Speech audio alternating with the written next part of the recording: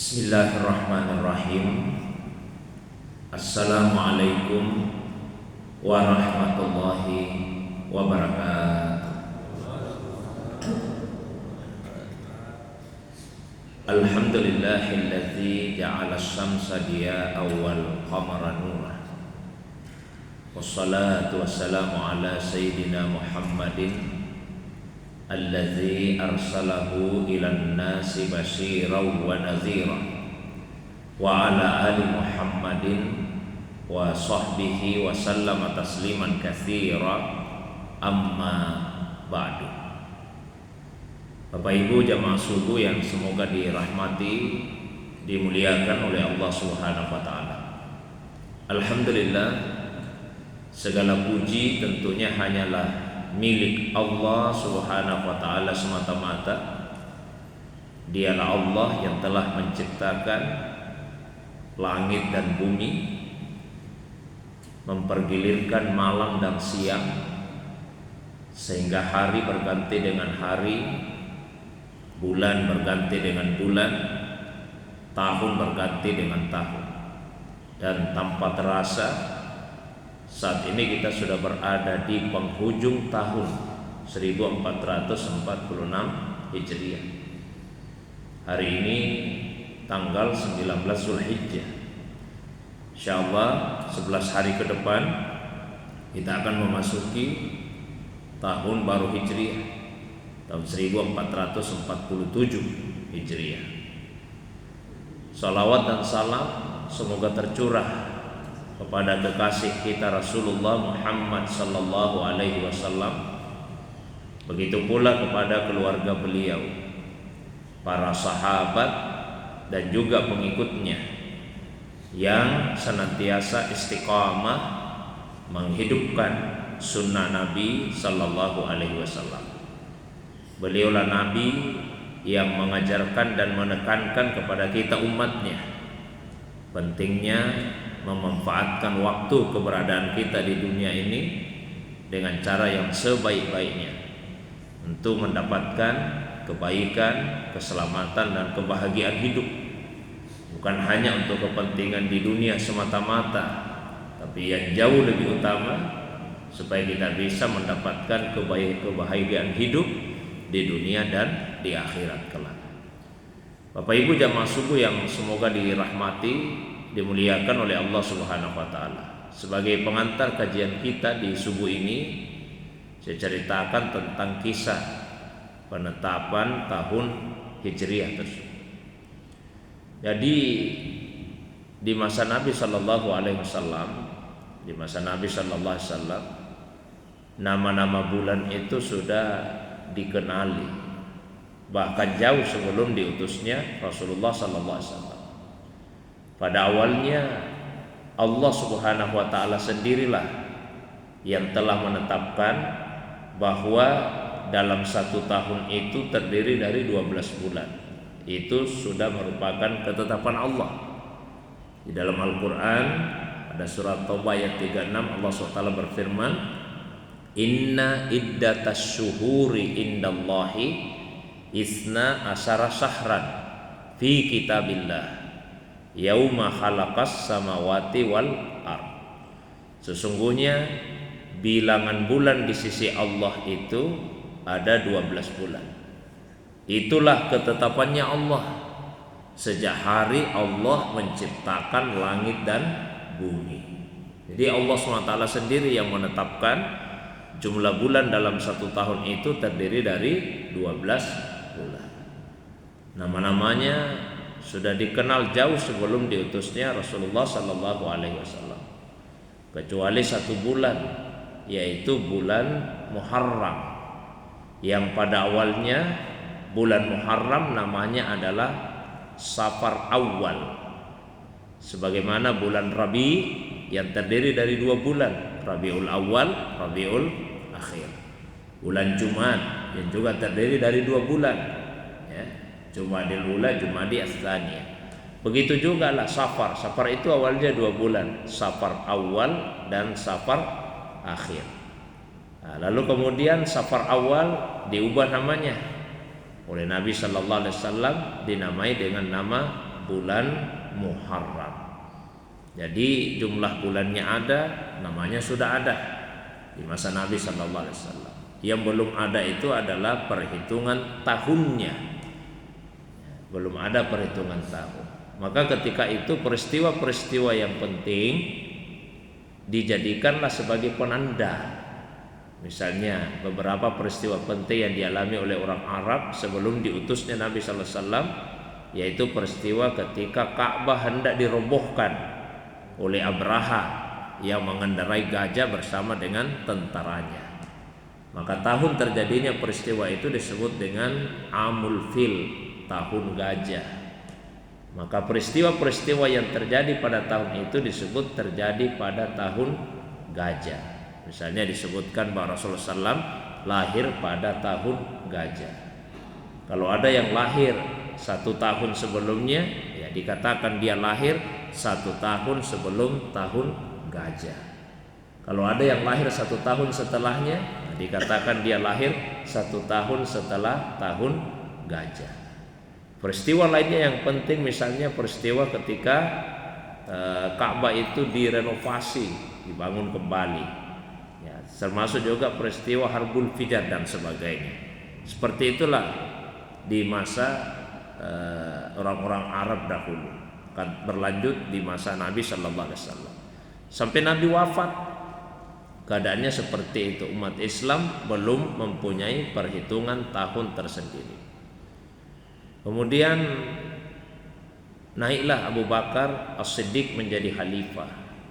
2 tahun 3 bulan kurang lebih beliau menjadi khalifah. Kondisinya tetap seperti itu. Lalu naiklah Umar bin Khattab menjadi khalifah. Nah, ada 2 peristiwa penting yang terjadi di masa Umar yang mempengaruhi sehingga kemudian terjadi penetapan tahun Hijriah ini. Peristiwa yang pertama, ada 1 dokumen yang diserahkan kepada Umar bin Khattab dan di situ tertulis bulan Sya'ban. Nah, tapi tidak jelas Sya'ban pada tahun berapa. Nah, peristiwa yang kedua ketika beliau mengirim surat kepada para gubernurnya. Salah seorang gubernurnya yaitu sahabat Nabi Sallallahu Alaihi Wasallam, Abu Musa al-Ash'ari. Abu Musa al-Ash'ari kemudian menjawab surat tersebut. Beliau menyampaikan, wahai Umar, surat yang Anda kirimkan sudah kami terima, tapi kami tidak tahu persis kapan sebetulnya surat ini dikirim karena tidak ada tanggalnya.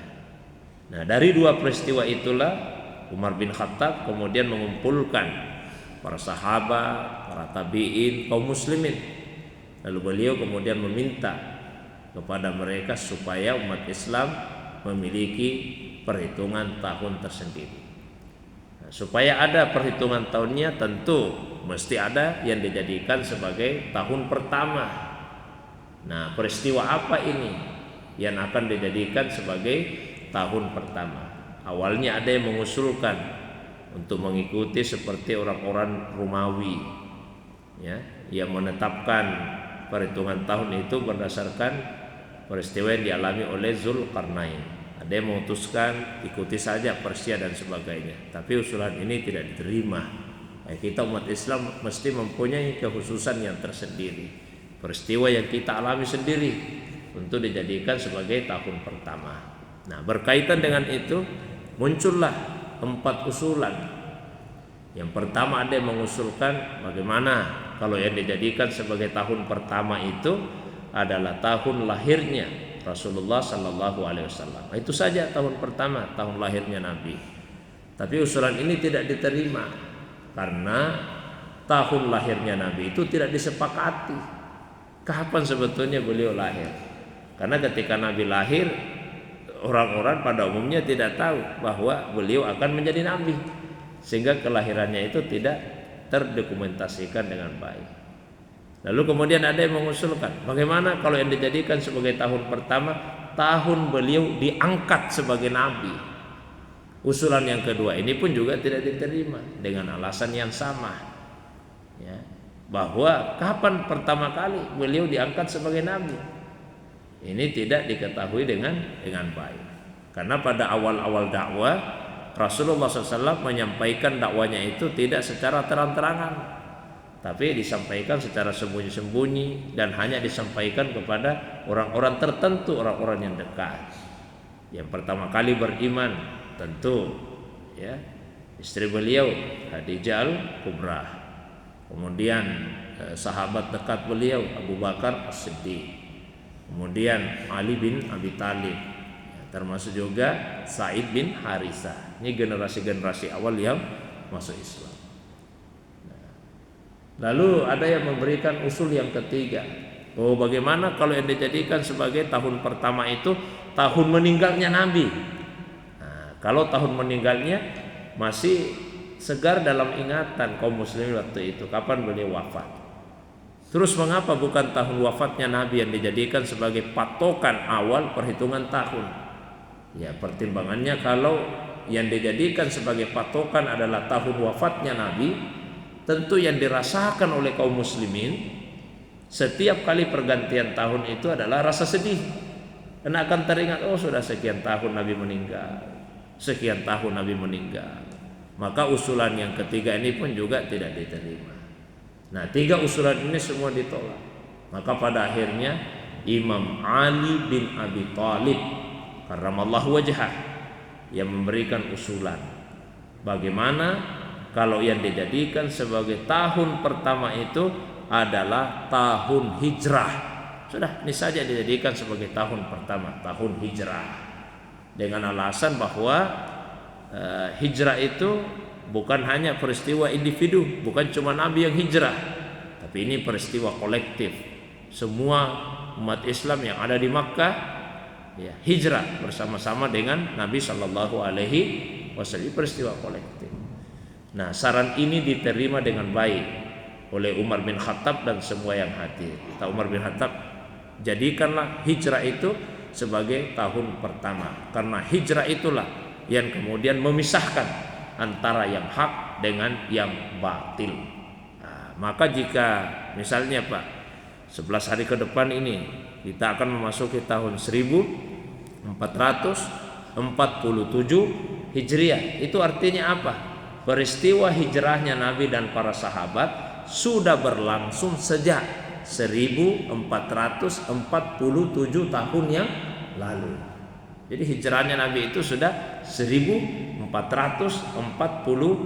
tahun yang lalu. Nah, tapi perlu diingat ketika Umar bin Khattab dan kaum muslimin bermusyawarah untuk menetapkan awal tahun, peristiwa hijrah ini kan sudah lama berlangsung. Nabi sudah meninggal. Ya, Nabi sudah meninggal. Maka pada saat itu langsung tahun 16 Hijriah. Ya, tahun 16 Hijriah. Karena Nabi di Madinah 10 tahun. Kemudian tadi Abu Bakar Siddiq 2 tahun 3 bulan. Jadi sekitar 3 tahun lebih Umar bin Khattab menjadi khalifah, diadakanlah musyawarah itu. Jadi langsung tahun 16 Hijriah.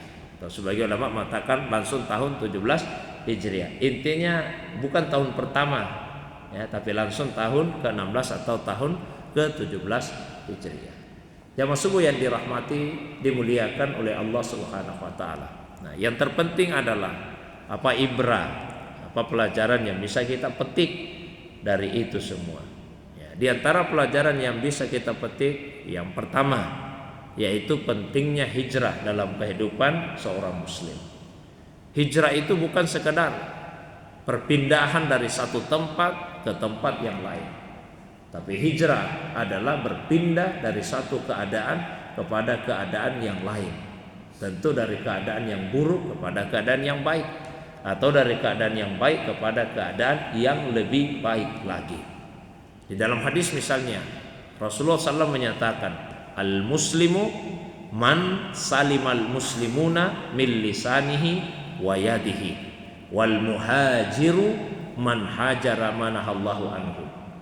Ya, al-muslim, seorang muslim yang hakiki, yang sejati itu adalah man salimal muslimuna min lisanihi wa yadihi, yaitu yang bisa menyelamatkan orang Islam lainnya dari gangguan lisannya dan dari gangguan tangannya. Wal muhajiru, dan orang yang berhijrah itu sesungguhnya yaitu man hajara, orang yang mampu menghindari mampu meninggalkan ya, manahallahu anhu, apa yang dilarang oleh Allah Subhanahu wa taala. Jadi dalam hidup ini kita mesti selalu berhijrah ya, dari satu maqam kepada maqam yang berikutnya, dari satu keadaan menuju kepada keadaan yang lebih baik, dari satu kedudukan menuju kepada kedudukan yang baik. Karena itu dalam pandangan para ulama tasawuf misalnya itu disebutkan adanya maqamat, ada stasiun-stasiun dalam menempuh perjalanan menuju kepada Allah Subhanahu wa taala. Secara garis besarnya perjalanan menuju kepada Allah itu ada 3 tahapannya. Tahap permulaan disebut dengan iradah. Kemudian tahap pertengahan dinamakan dengan suluk. Dan tahap akhir ketika sampai di tujuan disebut dengan usul. Tahap permulaan iradah, orangnya disebut dengan murid. Murid itu sebetulnya istilah tasawuf. Murid, orang yang sudah punya kehendak yang kuat untuk menempuh perjalanan menuju kepada Allah Subhanahu wa taala. Nah, kemudian tahap yang kedua, suluk, orangnya dinamakan dengan salik. Seorang hamba yang sementara menempuh perjalanan menuju kepada Allah Subhanahu wa taala. Dan tahap yang ketiga, usul, orangnya dinamakan dengan wasil.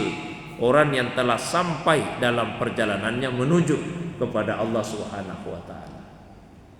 Tapi meskipun telah sampai dalam perjalanan tersebut, bukan berarti perjalanan itu berakhir, perjalanan itu telah selesai. Tidak. Tidak ada orang yang lebih sampai kepada Allah dalam perjalanannya dibandingkan dengan Rasulullah sallallahu alaihi wasallam. Tapi terhadap Nabi pun Allah Subhanahu wa taala tetap memerintahkan, wa qul rabbi zidni ilman, dan ucapkanlah wahai Muhammad, Allahumma shalli sallim alaihi, rabbi zidni ilman, Tuhanku tambahkanlah untukku ilmu, pengetahuan. Ini Nabi Pak, tetap diminta oleh Allah untuk berdoa kepada Allah SWT agar ditambahkan ilmunya. Tentu yang utama ilmu tentang Allah Subhanahu wa taala. Karena kita tidak akan pernah mampu menjangkau sepenuhnya ya tentang Allah SWT. Sehingga ada doa yang dinisbatkan kepada Nabi sallallahu alaihi wasallam. Apa itu? Rabbi zidni fika tahayyuran. Tuhan, tambahkanlah untukku berkaitan tentang dirimu tahayyuran, kebimbangan. Jadi tambahkanlah kebimbangan pada diriku ya Allah tentang dirimu. Ini doa dinisbatkan pada Nabi SAW. Mohon maaf kalau doa ini tidak dipahami dengan baik, mungkin akan disalahkan. Dan memang ada yang menyalahkan. Masa Nabi meminta kepada Allah, tambahkan kepadaku kebimbangan tentangmu. Nah, maksudnya seperti ini Pak. Saya berikan perumpamaan yang sederhana ini. Mohon maaf. Dibandingkan dengan tahun kemarin, ya, dibandingkan dengan tahun kemarin, tahun ini umur kita bertambah atau berkurang? Berkurang Pak ya, berkurang secara hakikat. Kalau ada yang mengatakan bertambah Ustaz karena tahun kemarin umurku 51, sekarang 52, itu salah tidak? Tidak salah juga, cuma dia menilainya secara zahir. Tahun kemarin umurnya 51, tahun ini 52, berarti umurnya bertambah secara zahir. Tapi kalau orang melihat secara hakikat, umurnya berkurang. Karena semakin lama kita hidup di dunia, berarti kita semakin mendekati kematian, berarti umur berkurang. Jadi dua-duanya benar, hanya sudut pandangnya yang berbeda. Oh, maaf, saya kasih contoh yang lain. Kalau misalnya kita belajar Pak, semakin kita belajar, kita semakin pintar atau semakin bodoh? Semakin kita belajar, semakin pintar atau semakin bodoh? Nah, semakin bodoh Pak ya. Terus untuk apa kita belajar kalau semakin bodoh ini? Dia mengatakan, alhamdulillah saya semakin pintar. Dulu saya tidak tahu ini, setelah belajar saya jadi tahu. Berarti semakin pintar, itu tidak salah. Dia melihat apa yang telah dicapai. Tapi kalau ada orang yang mengatakan, saya semakin belajar kok semakin bodoh, itu juga tidak salah. Maksudnya apa? Dia semakin sadar masih banyak yang dia tidak ketahui. Jadi semakin bertambah pengetahuan kita, pengenalan kita tentang Allah, justru kita akan semakin sadar Semakin banyak yang saya tidak ketahui tentang Allah Subhanahu wa taala. Itulah makna dari doa Nabi tadi, Rabbi zidni fika tahayyuran. Tambahkanlah kepadaku ialah kebimbangan tentangmu. Artinya tambah pengetahuanku tentang dirimu, tapi bertambahnya pengetahuan itu membuat saya semakin sadar masih banyak yang saya tidak bisa jangkau tentangmu ya Allah. Jamaah dimuliakan Allah. Jadi itu tahapan perjalanan menuju kepada garis besarnya ada 3. Kalau mau dirinci banyak Pak. Ada yang sampai belasan. Yang paling panjang jalannya itu dalam kitab Manasilus Sa'irin. Manasilus Sa'irin. Ya, kitab Manasilus Sa'irin itu membahas tentang tahapan-tahapan perjalanan menuju kepada Allah. Berapa tahap? 100 tahap. Dimulai dari tahap pertama, yaqzah, kesadaran. Lalu kemudian berpindah ke taubat. Nanti pindah ke muhasabah, pindah ke inabah, pindah ke tafakkur. Ujungnya nanti tahap ke-100 yaitu tauhid. Jadi puncak perjalanannya adalah tauhid. Nah, kita mesti dalam hidup ini selalu menanamkan keinginan untuk berhijrah, bukan hanya secara fisik. Bahkan setelah Fathu Makkah kata Nabi, la hijrah ba'dal fath. Tidak ada lagi hijrah setelah Fathu Makkah secara fisik.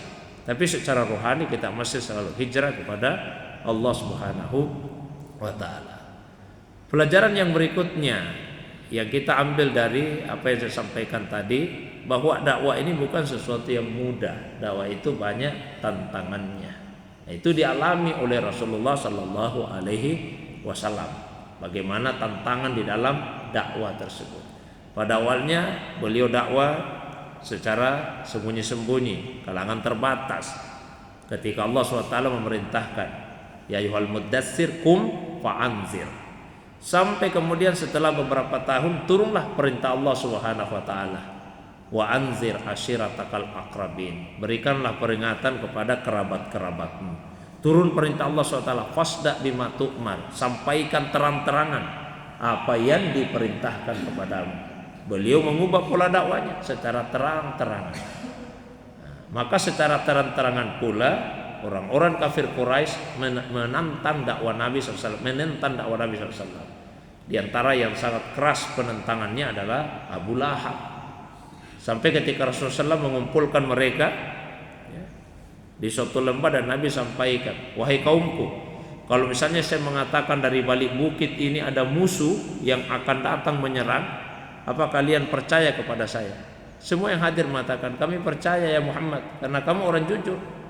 Tidak pernah sama sekali dalam interaksi kami denganmu kami mendapati kamu berdusta. Semua yang kamu sampaikan benar semua, Anda orang jujur, jadi kami percaya. Maka kata Nabi, nah kalau begitu saya ingin sampaikan mengapa saya kumpulkan kalian hari ini. Saya sengaja kumpulkan kalian hari ini untuk menyampaikan berita yang lebih penting lagi daripada berita kedatangan musuh itu. Berita apa itu? Siksa nanti di hari kemudian. Kalau kalian tidak beriman kepada Allah dan tidak beriman bahwa saya ini utusannya, siksa di hari kemudian sudah menanti. Tiba-tiba mereka langsung berubah Pak, tidak percaya yang disampaikan Nabi. Padahal beberapa menit sebelumnya mereka mengatakan kamu orang jujur. Langsung mereka mengatakan, oh kamu berdusta. Paling keras ucapannya Abu Lahab. Sampai-sampai dia berkata, tabban laka ya Muhammad, binasalah engkau wahai Muhammad. Ya. Ali hadza jama'atana hadzal yaum. Apakah untuk menyampaikan hal itu kamu kumpulkan kami pada hari ini?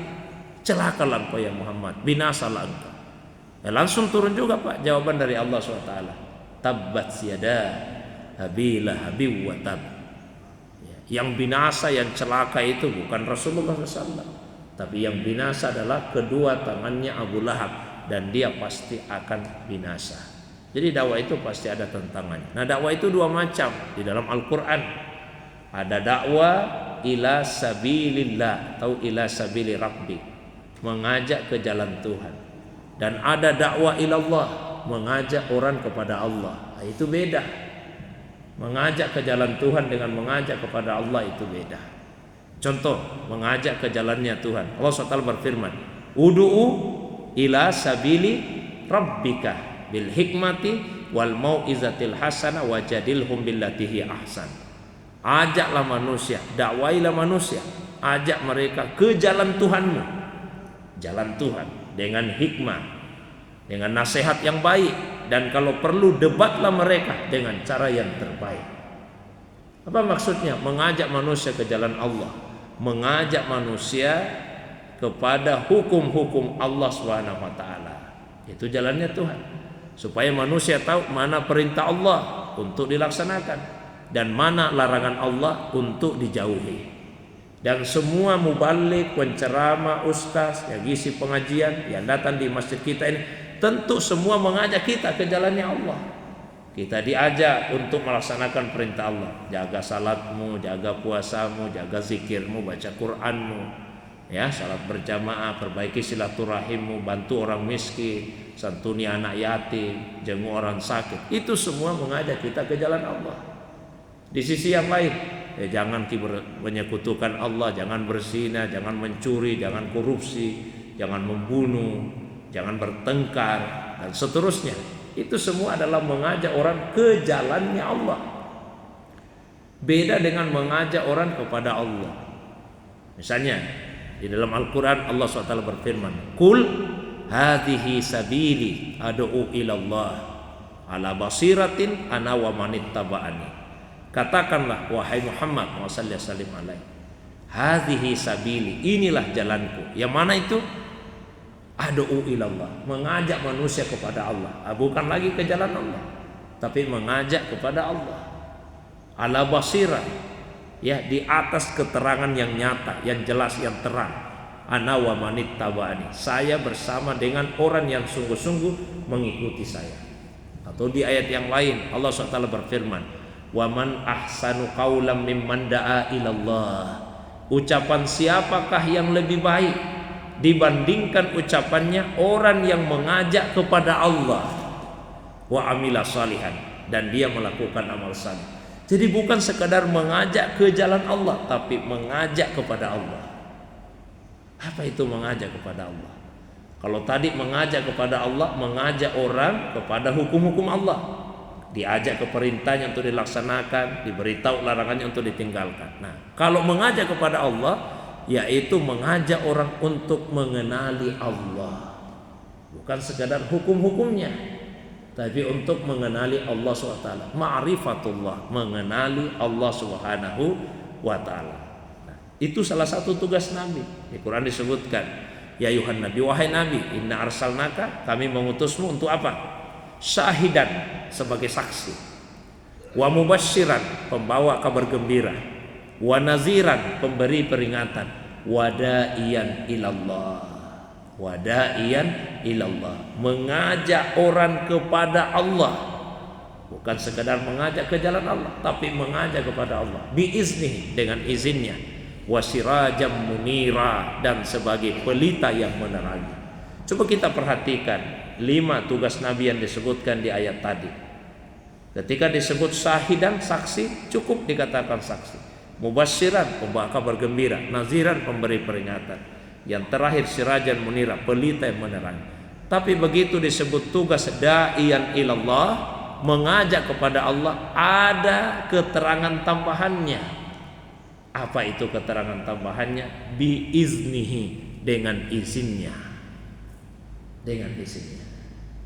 Kalau mengajak orang kepada ke jalannya Allah, silakan, itu tugas kita semua. Tapi mengajak kepada Allah, maka itu biizni, dengan izinnya. Maka Rasulullah SAW memberikan izin tertentu, ijazah, kepada beberapa sahabat, kepada Abu Bakar As-Siddiq radhiyallahu anhu, kepada Imam Ali karramallahu wajhah. Nah, kemudian Imam Ali karramallahu wajhah memberikan izin, ijazah kepada murid-murid yang tertentu, diantaranya kepada Imam Hasan Al-Basri. Imam Hasan Al-Basri memberikan ijazah kepada murid-murid yang tertentu, diantaranya Habib Al-Ajami rahimahullah.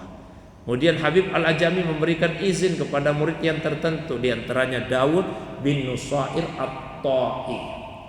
Lalu Dawud bin Nusair At-Ta'i memberikan izin kepada murid yang tertentu, diantaranya Ma'ruf Al-Qarhi.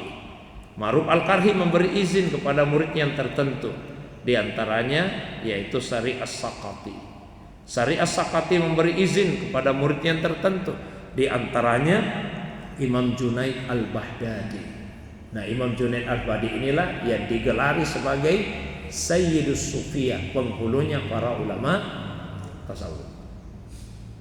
Jamaah subuh yang dimuliakan Allah. Terakhir, pelajaran yang kita bisa petik ya dari kisah hijrah ini dengan melihat apa yang pertama kali Rasulullah lakukan di Madinah.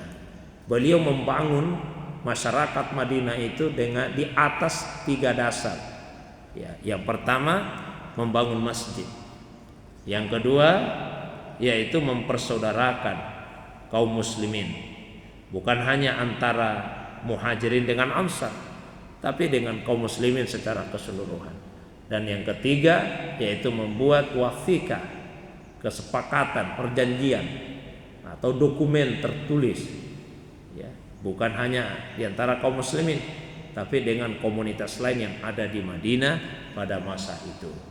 Maka ini semua menunjukkan kepada kita satu, pentingnya masjid bagi umat Islam, pentingnya persaudaraan di antara sesama umat Islam, dan pentingnya juga ya, perjanjian, kesepahaman dengan siapa saja di dalam kelompok masyarakat tersebut. Saya kira itu pengantar yang saya sampaikan di subuh ini. Seperti biasa saya berikan waktu yang lebih lapang. Kalau ada yang ingin ditambahkan, ditanyakan, didiskusikan, baik yang berkaitan dengan pengantar tadi atau masalah agama yang lain di luar dari apa yang saya sampaikan. Wa ilallahi turja'ul umur. Wassalamualaikum warahmatullahi wabarakatuh.